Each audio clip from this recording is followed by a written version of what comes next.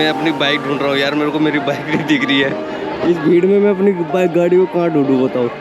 ये देखो सामने वो पंडाल ये और एक पंडाल वो, पूरे टेंट बर्बाद हो गए भाई, कपड़े वपड़े सब फट गए यार। इन सब चीज़ों को देख के तो ऐसे ही लगता है भाई, देखो साक्षात महादेव ही उतर के आए थे दिल्ली में। प्रकृति आगे किसी का बस नहीं चला। 10 से 15 मिनट लगे होंगे प्रकृति को। अब जो लोग दूर दूर से आए हैं, यूपी बिहार बंगाल पता नहीं कहाँ से आए, ये प्रथम दिन की कथा है भाई। एक बार नज़ारा देख लो आप चारों तरफ का। मैं अपनी माँ के साथ आया हूँ कथा सुनने के लिए, और भीड़ देख लो एक बार नज़ारा। पहली दिन की कथा में देख लो।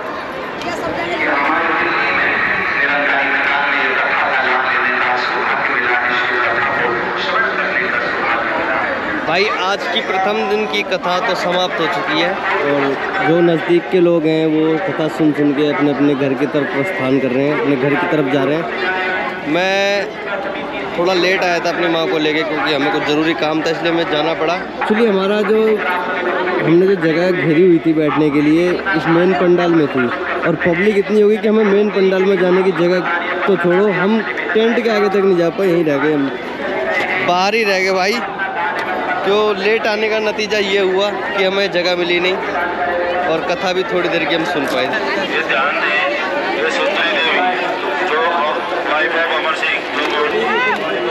हेलो भाई, डालना क्या नाम है?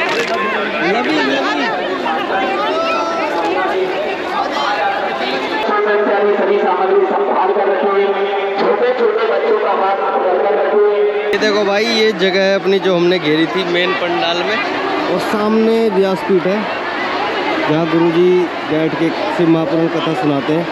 आपको पता नहीं दिखाई देगी नहीं देगी, लेकिन जो मैं देख पा रहा हूँ ना भाई, मतलब इतनी सुंदर लग रही है ना व्यासपीठ देखने में।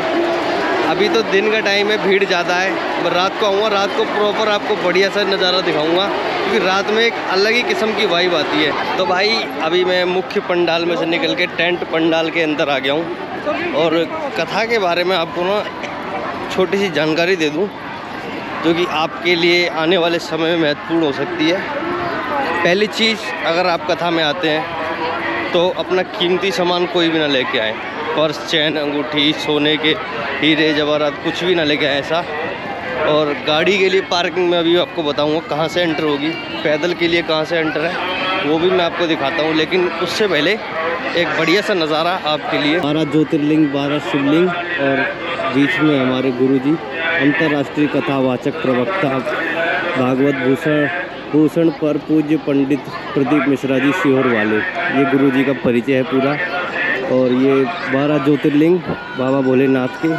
आपको बता दूं, ये 2 नंबर गेट है, इसी लाइन में आगे 1 नंबर गेट है, और अगर आप पैदल आ रहे हैं तो 1 और 2 नंबर गेट से एंटर करना। अगर आप गाड़ी लेके आ रहे हो तो सावधानी बरतना, क्योंकि यहाँ पार्किंग की व्यवस्था ऐसी है, क्योंकि पब्लिक ज़्यादा है ना, तो उसके चलते गाड़ी लगाने की व्यवस्था हो नहीं पा रही ढंग से, और गर्मी भी कट है, बहुत गर्मी भाई साहब। तो भाई ये है हस्तिनापुर शिव महापुराण कथा का पहला दिन, और पहले दिन ही ये पहला नज़ारा आप लोगों के लिए। ये देखो दूर तक पब्लिक है, निकलने की रास्ता नहीं है, क्योंकि पब्लिक ज़्यादा है और जगह कम है, इसीलिए अपना रास्ता खुद बनाती है पब्लिक।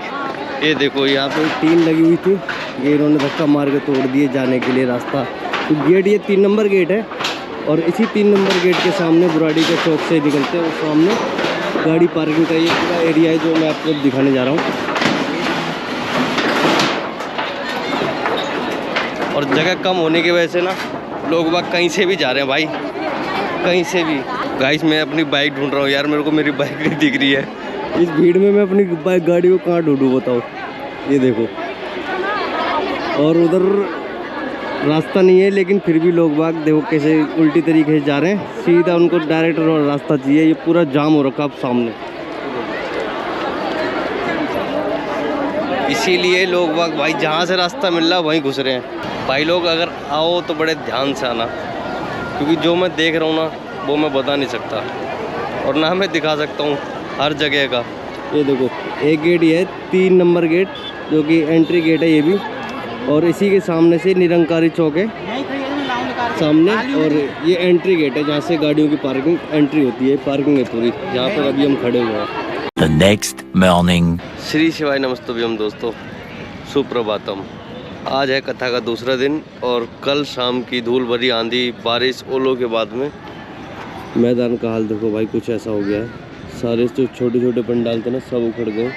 बड़े पंडालों को भी नुकसान हुआ। मुख्य पंडाल में ज़्यादा नुकसान नहीं है, लेकिन उसके साथ के जो छोटे पंडाल थे ना, उनमें थोड़ा नुकसान हुआ है। एक पंडाल तो बीच में से ही टूट गया भाई। पूरा अफरा तफरी का माहौल हो गया था भाई पूरे मैदान के अंदर। और जो जो धूल की आंधी की चपेट में आया ना, सब उखड़ गया है पूरे। ये छोटे छोटे पंडाल थे, सारे उखड़ गए। और मेरे साथ मेरा बेटा आया है, इसको लेके आया हूँ मैं सुबह सुबह। ये है भाई मुख्य पंडालों में से एक पंडाल, जो कि बीच में से टूट चुका है आंधी के कारण। अब इसको रिपेयर करने के लिए रस्सी वगैरह बांध के इसकी तैयारी करी जा रही भाई। मतलब कल की आंधी देख के तो ऐसा लग रहा था जैसे साक्षात महादेव इस मैदान में उतर के आ गए हो। मैदान छोड़ो, पूरी दिल्ली में यही हाल था। इतनी तेज हवा, आंधी, धूल, ओए होए, जो सामने पड़ा सब उखड़ के चला गया। ये देख लो भाई क्या हाल हुआ है कल की आंधी तूफान में। महादेव कल अति प्रसन्न होंगे जो ये हाल हुआ है, क्योंकि दिल्ली में पहली बार हुई थी ना शिव महापुराण कथा। और कथा के पिछले रिकॉर्ड भी उठा के देख लो भाई, जहाँ जहाँ कथा हुई है ना, वहाँ ऐसी कुछ ना कुछ घटना घटी है। या तो तेज आंधी हो या तेज बारिश हो, कुछ ना कुछ होता ही है, क्योंकि साक्षात महादेव प्रकट हो जाते हैं वहाँ पे। जब महादेव खुश हो जाते हैं ना कथा के दौरान, तो ऐसी चीज़ें लाजमी है। देखो ये किसी के हाथ में नहीं है, ऊपर वाले की दी हुई चीज़ें, और ऊपर वाला ही इनको निपटा सकता है। हमारी तुम्हारी कोई औकात नहीं है भाई, क्यों भाई। ये देख लो भाई, कुछ ऐसा नज़ारा हो चुका है। मतलब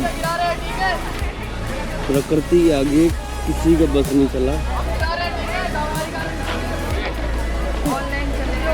ये देख टेंट वाले भैया सब लगे हुए इसको रिपेयर करने में।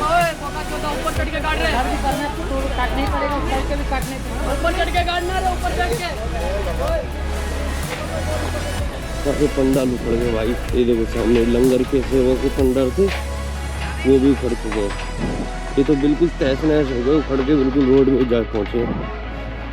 ये देखो सामने का पंडाल ये, और एक पंडाल वो, पूरे टेंट बर्बाद हो गए भाई। कपड़े वपड़े सब फट गए यार।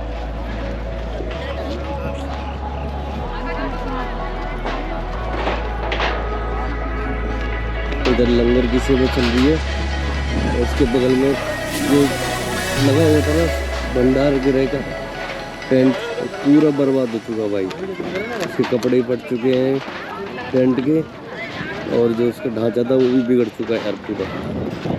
ये सामने मुख्य पंडाल है भाई। मुख्य पंडाल में भी नुकसान हुआ है थोड़ा, लेकिन मुख्य पंडाल सुरक्षित है पूरा। बस पीछे से थोड़ी सी चद्दरें इधर उधर उड़ गई हैं, और उसके साथ का बस मतलब पूरे ग्राउंड में 2 पंडाल सुरक्षित बचे हैं, एक मुख्य पंडाल और उसके साथ का छोटा पंडाल। भाई बहुत तेज आंधी थी। कल मैं अपनी माँ को लेके जा रहा था, बाइक भी कांप रही थी ऐसे ऐसे रोड पर चलते वक्त। थोड़ी अपनी सुरक्षा के हिसाब से आप देख लेना कैसे आना, और कीमती चीज़ें तो बिल्कुल मत लाना भाई। मैं यहाँ की लोकेशन इस वीडियो में डाल दूँगा। चलते हैं यहाँ से घर यार। थोड़ा सा ना ये सब चीज़ें देख के मन उदास सा हो जाता है, क्योंकि हम तो पास के हैं, देखो अपने अपने घर चले गए थे आंधी में। अब जो लोग दूर दूर से आए हैं, यूपी, बिहार, बंगाल, पता नहीं कहाँ से आए हैं, तो वो कहाँ जाएंगे यार। इसीलिए थोड़ा चिंता का विषय हो जाता है ये सब चीज़ें।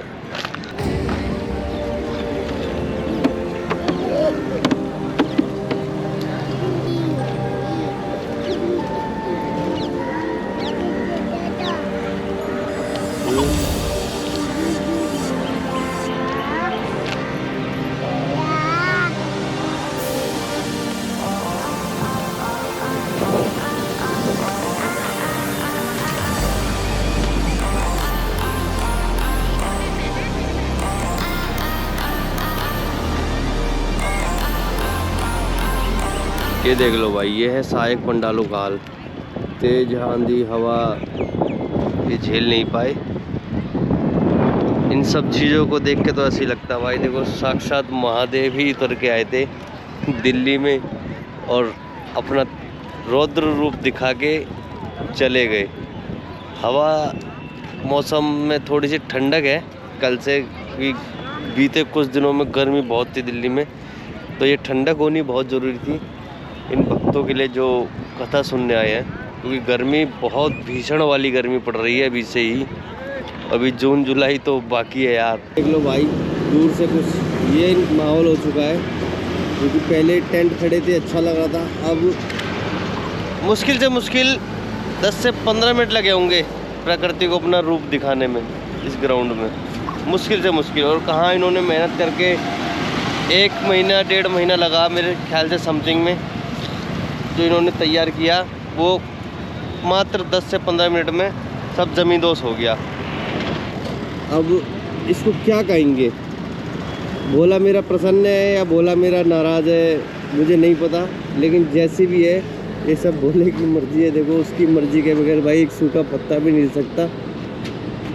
मैं उम्मीद करता हूँ कि किसी को किसी भी प्रकार की हानि चोट नहीं पहुँची होगी भाई, क्योंकि यार जो मैं मंजर देख रहा हूँ ना यार, थोड़ा देख के ना दिल को ऐसा लग रहा है कि ये मतलब क्या ही हो गया है, लेकिन हम कुछ नहीं कर सकते, मनुष्य इंसान कुछ नहीं कर सकते ऐसी प्रकृति आपदा के आगे भाई, बात ये है। तो अभी चलते हैं, आगे की अपडेट जैसी भी होगी ना मैं आपको बताऊंगा। उम्मीद करता हूँ इस व्लॉग में आपको मज़ा आया होगा। इस जो भी आपके काम का है उसको देखिए, एंजॉय कीजिए, वीडियो को शेयर कीजिए, वीडियो को लाइक कीजिए और चैनल को सब्सक्राइब करते रहिए, शेयर करते रहिए। तो मिलते हैं फिर आपसे किसी ऐसी अच्छी सी बड़ी सी वीडियो में, तब तक के लिए be safe, take care, bye bye. जाते जाते जय सिया राम। और मेरा बेटा कल गिर गया था भाई, इसके होठ पे ना चोट लग रही है, देखो देखिए बाबू, ये देखो बड़ी बुरी तरीके से गिरा यार। इतना शैतान है ना कि शैतान की अम्मा ही बोलो इसको। तो चलो ठीक है भाई, मिलते हैं, बाय बाय।